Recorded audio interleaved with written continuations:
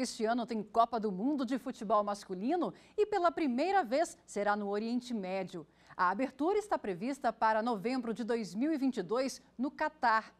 No Como Funciona Aí de hoje, vamos saber um pouco mais sobre o legado da Copa em países sede. Por trás de um dos maiores eventos esportivos do planeta, existem leis gerais que envolvem vários setores produtivos e de infraestrutura de um país. Vamos à Alemanha, à África do Sul e ao Catar, onde brasileiros contam o que mudou e o que está mudando por causa do Campeonato Mundial. Começamos com a Alemanha. Vamos conversar com o Fábio, que é estudante e mora em Berlim. Entre as melhorias da Copa da Alemanha em 2006 está o sistema de transporte. Fábio, conta pra gente como funciona aí.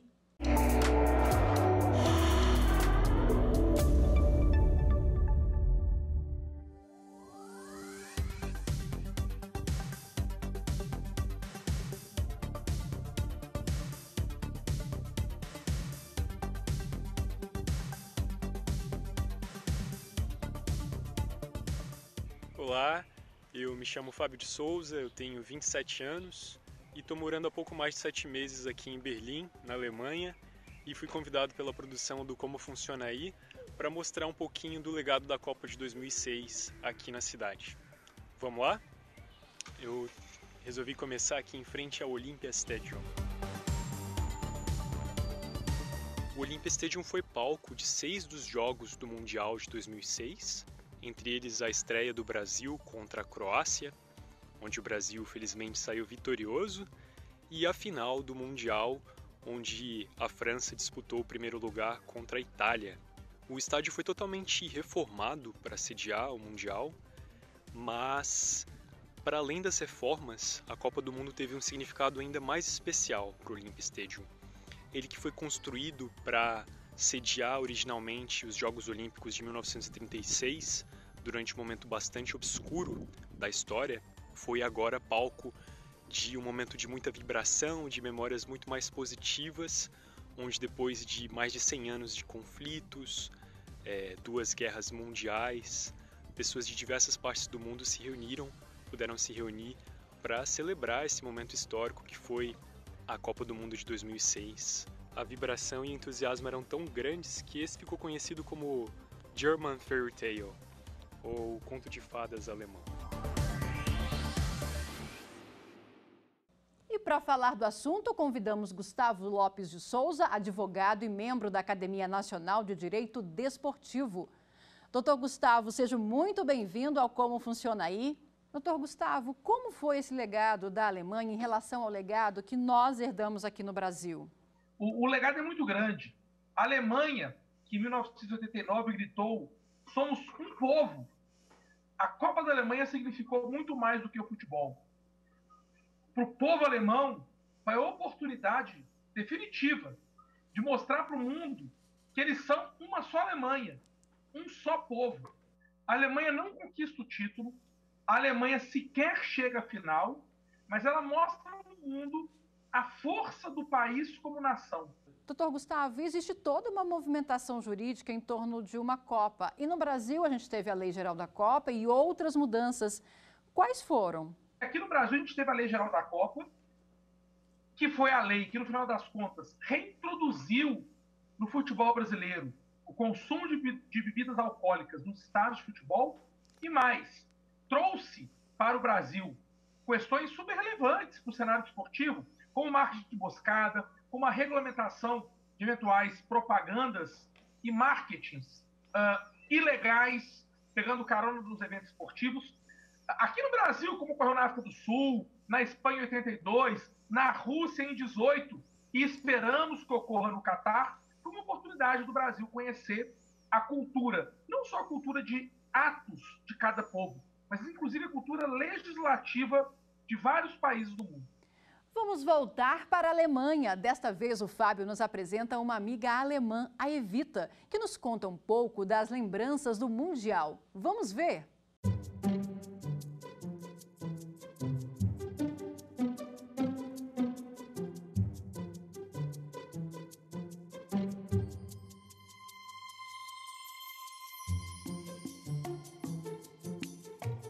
convidei também a minha amiga Evita, que nasceu aqui na Alemanha, para compartilhar uma experiência um pouco mais pessoal sobre a Copa de 2006. Olá, o meu nome é Vita, eu tenho 24 anos, eu nasci perto da Frankfurt, mas agora eu moro em Berlim. Quando a Copa do Mundo, em 2006, aconteceu, eu tinha 9 anos. Eu me lembro que a gente se emocionou muito. A maioria dos alemães se preparou para assistir os jogos com a família e muitos amigos. Depois disso, se tornou uma tradição organizar esses grandes eventos na casa e nas jardins da gente. Senti que até mesmo as pessoas que não eram particularmente interessadas no futebol estavam obcecadas de assistir aos jogos e torcer junto.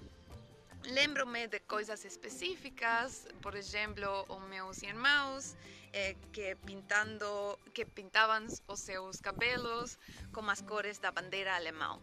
E a minha mãe, que apesar de não ser grande fã de futebol, de repente quis assistir todos os jogos.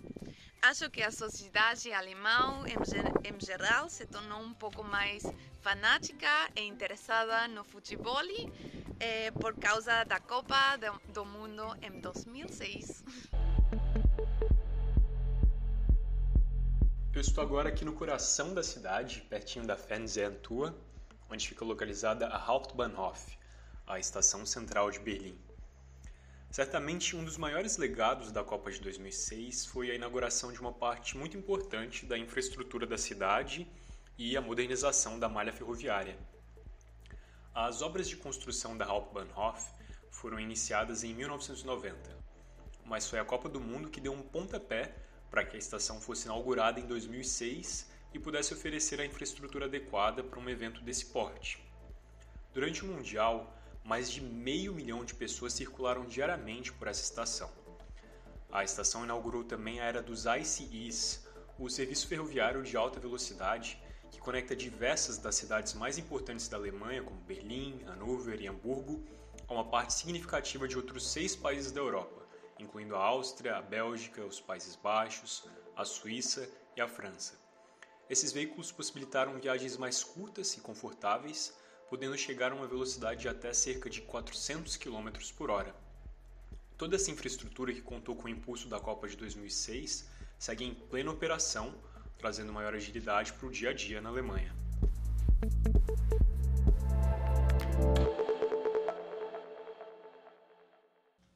Dr. Gustavo, a Alemanha usou o Mundial de 2006 para antecipar o trem-bala e melhorar a logística no país. Foi um investimento planejado? Claro que sim. O Japão já havia aproveitado a oportunidade dos Jogos Olímpicos de 68 em Tóquio para poder apresentar o trem-bala para o mundo. E a Alemanha aproveitou a Copa do Mundo de 2006 para apresentar o trem-bala para o povo alemão. Agora, chega a ser emocionante. O maior legado da Copa de 2006 para o mundo e para o povo alemão foi a unicidade do povo. Ninguém no mundo sabe o que é separar famílias dentro de uma mesma cidade. A Alemanha se unificou politicamente e geograficamente, ou se reunificou em 89, mas a grande reunificação para o mundo, a consagração, se deu nos Jogos da Copa do Mundo de 2006. Agora vamos para a África do Sul. O contato é com uma brasileira que acompanhou os Jogos da Copa do Mundo de 2010. A Marília mora em Joanesburgo, maior cidade do país. Marília, como funciona aí?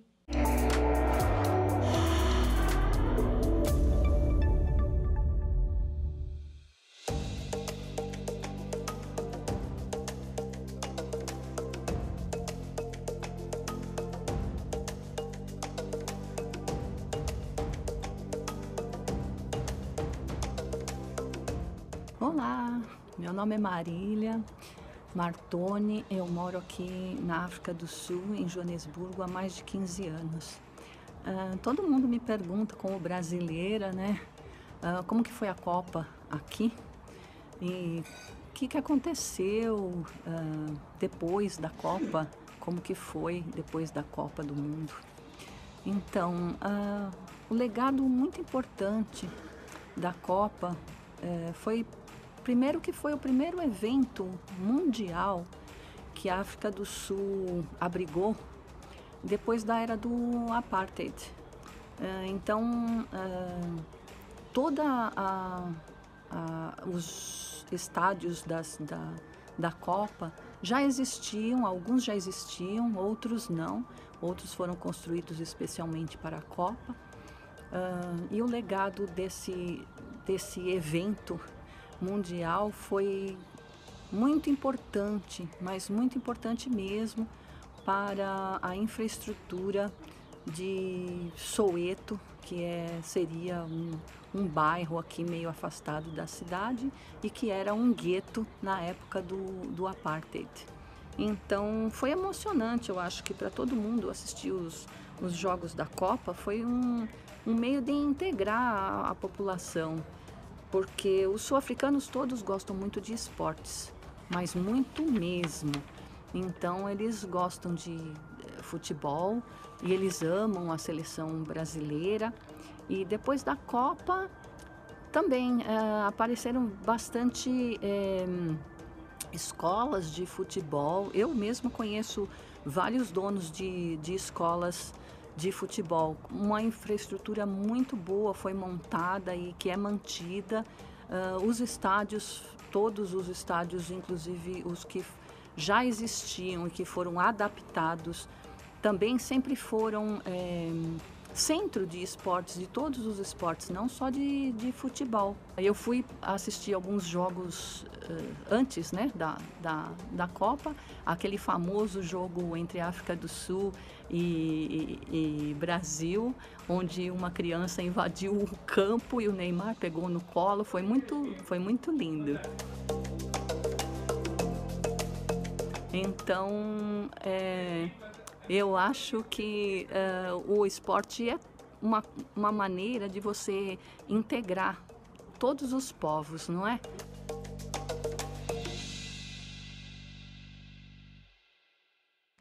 Doutor Gustavo, na Copa da África do Sul houve ganhos e perdas. Isso aconteceu também aqui no Brasil. Nesse contrato entre o governo e a FIFA, existe um meio termo? Sempre que a FIFA organiza uma Copa do Mundo, ela traz uma série de exigências para o país organizador. E é assim desde a Copa da Espanha, pelo menos. E de lá para cá, todos os países fizeram algum tipo de concessão.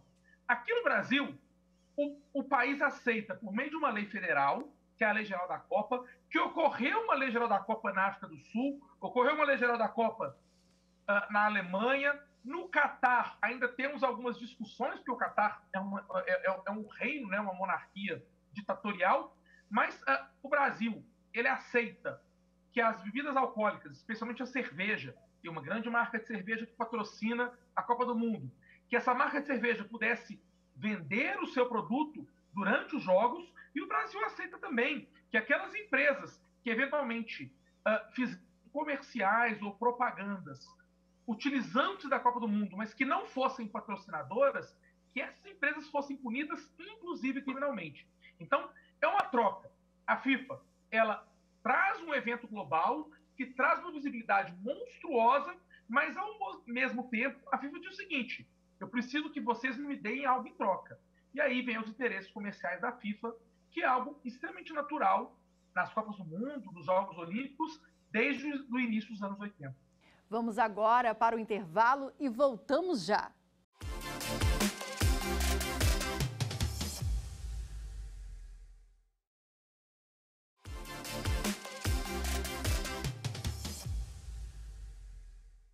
O Como Funciona Aí está de volta e você já viu o legado deixado pela Copa do Mundo na Alemanha e na África do Sul.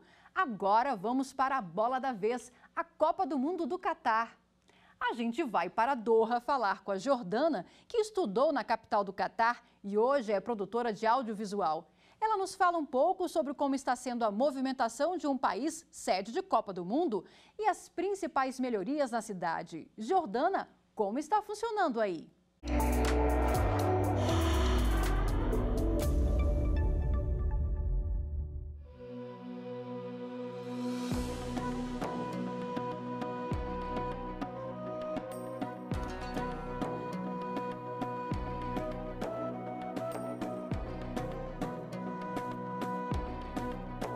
Oi gente, tudo bem? Meu nome é Jordana Bido, eu tenho 24 anos, eu sou natural de Novo Hamburgo, no Rio Grande do Sul, e eu acabei de me formar na Northwestern University aqui em Doha, no Catar. É uma universidade americana com sede no estado de Illinois, na cidade de Evanston, que fica próximo a Chicago, mas que também tem um campus em Doha. Então eu vim aqui conversar um pouquinho com você sobre os preparativos do país para abrigar a Copa do Mundo de 2022 e um pouco da minha própria experiência morando aqui há 4 anos. Os preparativos da Copa do Mundo podem ser vistos em qualquer lugar, a qualquer momento. Por exemplo, o mais claro de todos, eu acho que são as obras que acontecem aqui no Catar, porque é um país que está criando cidades, está construindo hotéis, está construindo estradas para receber os milhões de turistas que vão vir para o Catar no final desse ano, né? Então, em novembro, a gente está vendo que tem coisas se movimentando o tempo inteiro. Então, por exemplo, tem construção na cidade inteira, o que é bom, porque eles estão criando, eles estão construindo essas coisas novas a fim de abrigar da melhor maneira possível esses turistas que estão vindo pra cá no final do ano. Ao mesmo tempo, pra gente que mora aqui, é residente, tem que se virar, tem que trabalhar, tem que ir pra buscar o filho na escola, tem que ir no supermercado, né? Tem que transitar na cidade, às vezes é um pouco complicado em função da construção. É um pouco complicado, mas ao mesmo tempo é muito bom ver que eles estão investindo muito nisso. E estão investindo muito, né, na experiência que o turista vai ter quando vier em novembro, né? Os estádios, por exemplo, já estão todos prontos. Então eu já conheci alguns deles, já conheci o 974 Stadium, que é todo feito de container. Já conheci o Ahmed Bin Ali, que fica pertinho de onde eu morava, de onde eu estudava até poucos meses atrás. Já conheci o próprio estádio da Education City, que fica dentro da cidade universitária que eu acabei de comentar. Inclusive, eu morava no dormitório estudantil e saindo do dormitório à esquerda eu pegava uma rua reta dentro do próprio campus e chegava no estádio. Então, algumas partidas eu já vi ali dentro do Education City Stadium em 4 anos ou desde quando foi anunciado que a Copa seria aqui, né? Pra mim, 4 anos que eu vejo essas mudanças acontecendo, mas com certeza já vem de mais tempo todas essas mudanças positivas pro país.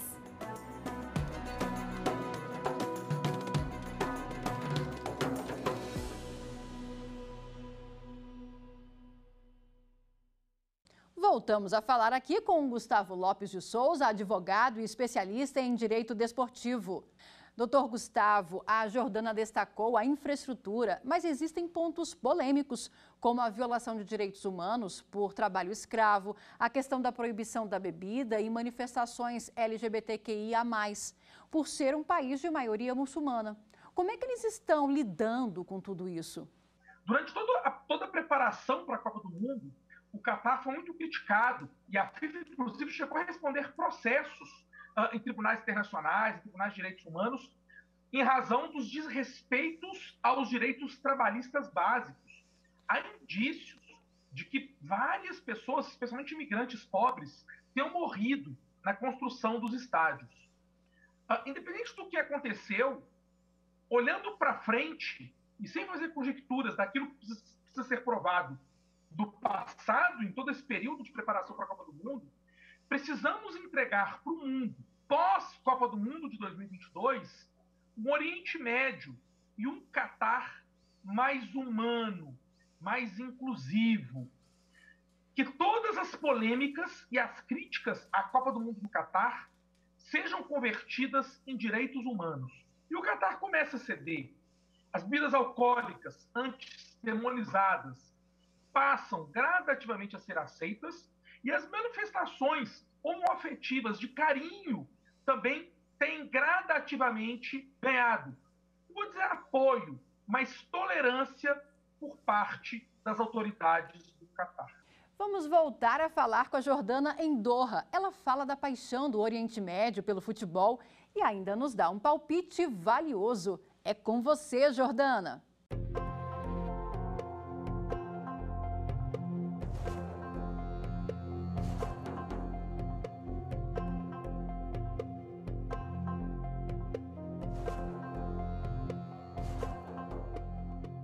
Eu acho que a população de Doha os locais e os expatriados, né, as pessoas que moram aqui, que têm visto de emprego, de estudo, estão super animados para o Mundial. Eu acho que não se fala de outra coisa, desde quando eu vim estudar aqui em 2018, não se falava de outra coisa, a não ser Copa do Mundo.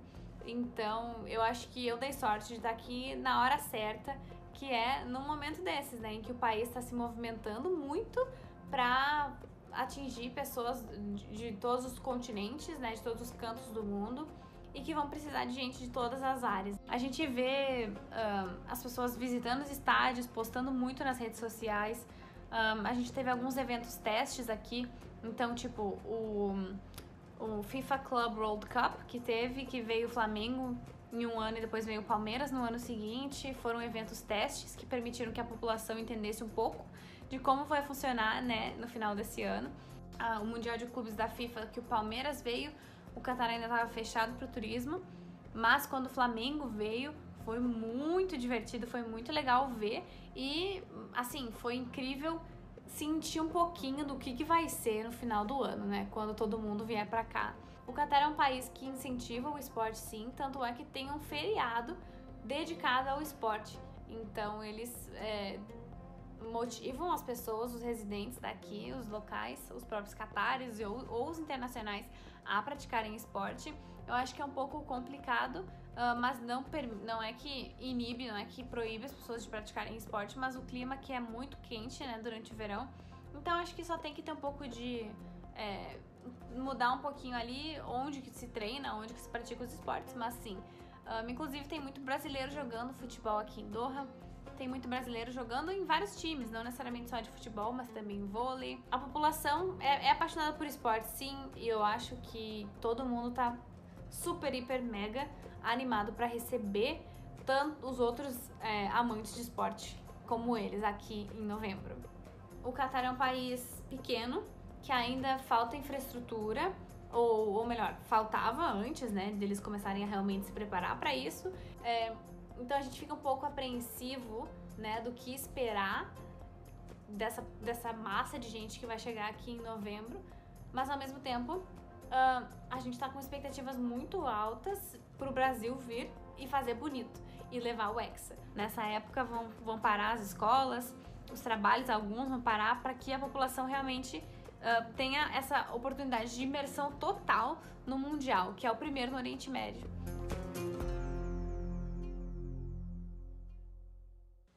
Doutor Gustavo, agora para a gente finalizar, eu gostaria que o senhor destacasse as Copas Mundiais que ficaram na memória e deram certo. Desde que a Copa do Mundo se iniciou lá em 1930, todas deram certo dentro das peculiaridades do seu tempo e do seu espaço. A Copa do Mundo, ela mais até do que os Jogos Olímpicos, significam muito mais do que uma competição esportiva. As últimas Copas do Mundo, quando a FIFA realmente assume esse interesse e de maneira expressa busca legados, busca heranças do Mundial, a Copa do Mundo do Catar, ela pode significar definitivamente o desenvolvimento de um país. Nunca a Copa do Mundo foi realizada num país tão pequeno. Nunca as distâncias entre dois estádios de um mesmo Mundial foram tão pequenas. Para você ter uma ideia, a maior distância entre dois estádios é de pouco mais de 40 quilômetros. Então é possível assistir um jogo e logo após correr para assistir o segundo jogo. Quer dizer, o Catar está pronto para a Copa do Mundo, mas há outros problemas. Por exemplo, a rede hoteleira é muito pequena, porque o país é pequeno. Eu espero de verdade, de coração, pelo que eu acompanho e conheço de mundiais, pelo que a gente viu, pelas transformações no Brasil em 14, na Alemanha em 2006, na África do Sul em 10, antes no Japão e Coreia, rivais históricos, como que se fossem Brasil e Argentina, se uniram para fazer o Mundial em 2002. Eu espero de verdade que o Catar pós-2022 seja o Catar da tolerância. Vamos buscar o respeito e a felicidade mútuas. É disso que o nosso mundo precisa hoje. Doutor Gustavo, muito obrigada pela entrevista. E com essa expectativa, a gente termina o Como Funciona Aí. E a gente fica por aqui, preparando a nossa próxima viagem. Você confere o Como Funciona Aí no site da TV Justiça, no nosso canal no YouTube e também no Instagram. Até a próxima!